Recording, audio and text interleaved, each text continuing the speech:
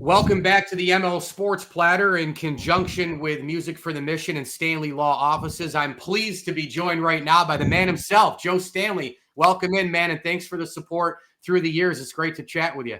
Oh, no problem, Mike.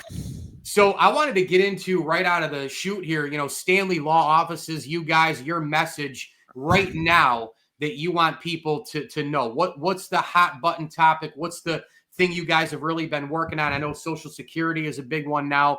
The personal injury attorneys can help you in New York and PA. But for people who aren't familiar as you want them to be, what's the main message for Stanley Law offices for people out there? Well, we handle people that are involved in injury claims, and that's mostly falls, car accidents, construction site accidents, products liability, um, any kind of situation where somebody gets hurt and it's because of an unsafe condition or somebody did something that they shouldn't have done. And, uh, you know, it's a problematic, thing. Most people don't really appreciate it. Just as an example, as I was telling people today, you get involved in an injury claim.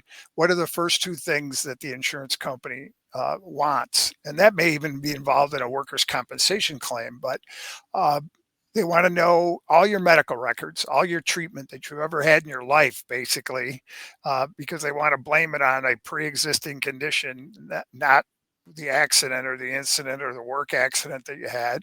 And the other thing is they want access to all your social media accounts so that they can look at everything and they can get access to them, and you can't, just because they're private doesn't mean they don't get access.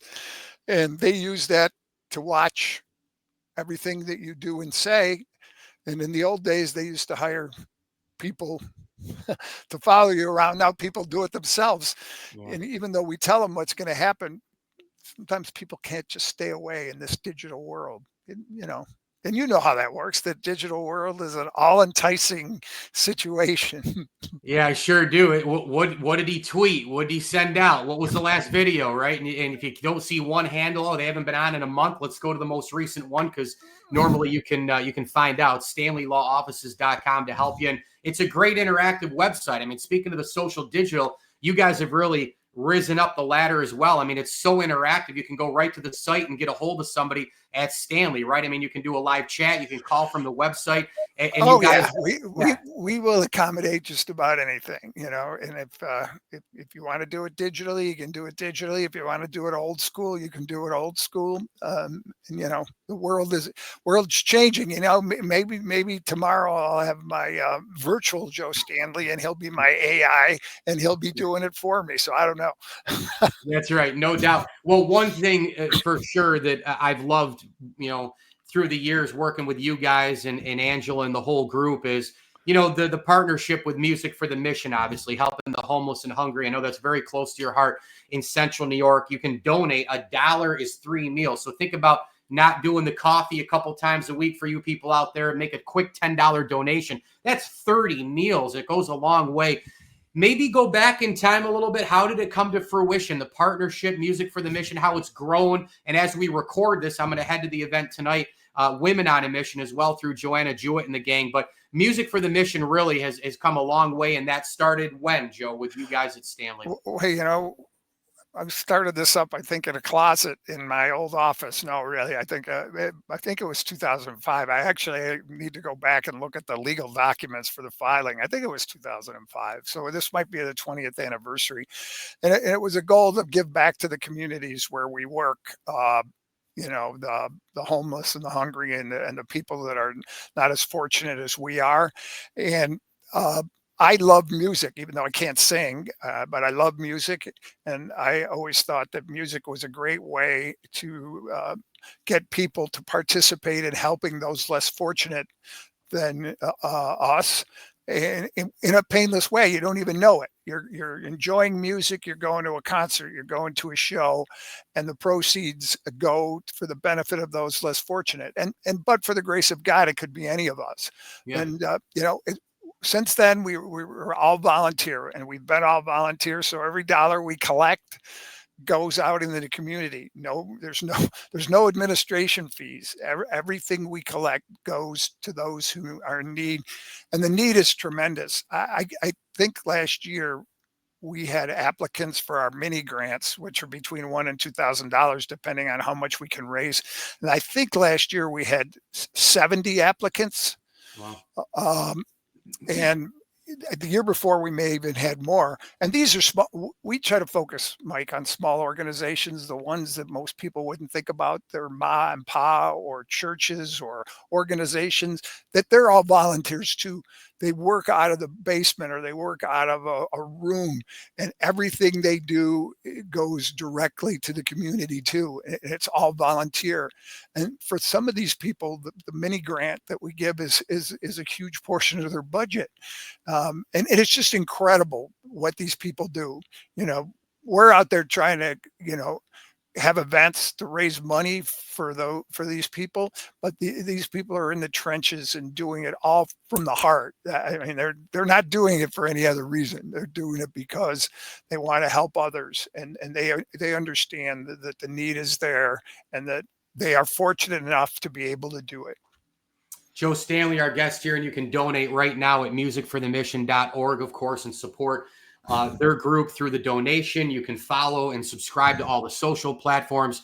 And the ML Sports Platter is brought to you by Stanley Law Offices and Music for the Mission. So a little birdie told me that you've been a longtime baseball fan, a diehard, maybe not now as much as you were through the decades here, but get into your fandom for baseball. I'm sure it started as a kid. Did you play Little League? Did you support a specific team and player? Oh yeah, I played midget league. I played Little League. I played Babe Ruth. I played baseball as a kid, and I collected baseball cards, and I played Stratomatic with the baseball with the dice. Yeah. If you know what that is, those listeners are out there. We had leagues. I think when I was in college, even still, we would play Stratomatic with the dice, which was, it doesn't exist anymore, but it was a lot of fun. I've had baseball teams. My favorite teams were always the Dodgers and the Angels for reasons of where my grandparents ended up. But nowadays, I still follow baseball closely, but not as much as I'm not as much as a fanatic fan. I'm just a fan as I was back then. So Dodgers wise, does that go back Brooklyn and LA? I mean, I was too little for the, okay. I became a Dodger fan because my grandparents were out in California just about the time that the Dodgers and the Giants both went out there. Nobody was ever a Giants fan. Late 50s, a little Sandy Koufax there as well. When you watch a guy though, I mean, you being a longtime baseball fan, when you watch a guy like Shohei Ohtani, what goes through your mind? I mean, that's the unicorn thing is pretty wild. Well, it's incredibly impressive. It brings you back to the days, of the early days of baseball when the guys used to pitch 500 innings, and they didn't have, they pitched, every game was a complete game, and they batted and they did everything. And so in this day and age, given the stresses and the strains and the just the nature of the game, to be able to do both of those, I think it's impressive, but I gotta, we always know that the wear and tear for the people who have tried that hasn't been great, whether it was football and baseball or whatever. But it's certainly amazing that he can pitch as well as he can pitch, and then still go out there and hit. It's got 50 homers, right? Yeah. Well, I mean, listen, I think he's an amazing player. The only thing that bothers me a bit is when the national people come out and scream that he's the greatest of all time. It's like, hang on a second. You ever heard of guys like Hank Aaron and Willie Mays? And for an old school baseball guy like you too, I mean, he's an all-timer. He's a generational guy, but he hasn't been healthy enough to do both. I don't think to get into that conversation just yet, but the way he runs, the pitches, I mean, he's been primarily a DH as a hitter. When you take all these things together, if we can see some sustainability here with both parts, I think we can get closer to a discussion like that, right? But come on now, we got to get into the DiMaggio's, Mantles, Williamses, Aaron's, Mazes, and those kind of guys first, right? Well, I think it's a big difference when you don't have to go out in the field every day. I think I was never a fan of the designated hitter, and I always thought it was better to make the pitchers have to hit. But it's all about money. It's all about they're too valuable. But Sure. I think that's a huge advantage in terms of the lifetime of your career. Those guys you just mentioned, they played every day, had to play every day, and they were out there every day. And I think it's that's a difference. Yeah. Your head's not completely into the game, and you don't have to be fully engaged other than to get up and bat.